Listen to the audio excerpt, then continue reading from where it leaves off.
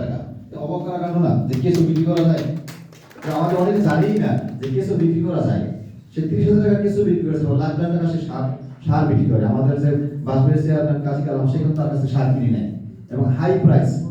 আপনারা জানেন vermi compost যত সার আছে সবচেয়ে ভালো সার, ভালো উন্নত মানের সার, কোয়ালিটি সম্পন্ন সার, নিউট্রিয়েন্ট বেশি থাকে ভার্মি কম্পোস্টের কেঁচো সারে। তাহলে এই সারের দশমিটা হচ্ছে, তার মানে আমাদের জানতে হবে। আমি একটা বিষয় আপনাদেরকে বলতে চাচ্ছি, সেটা হলো আমি বীজের কথা বলেছি।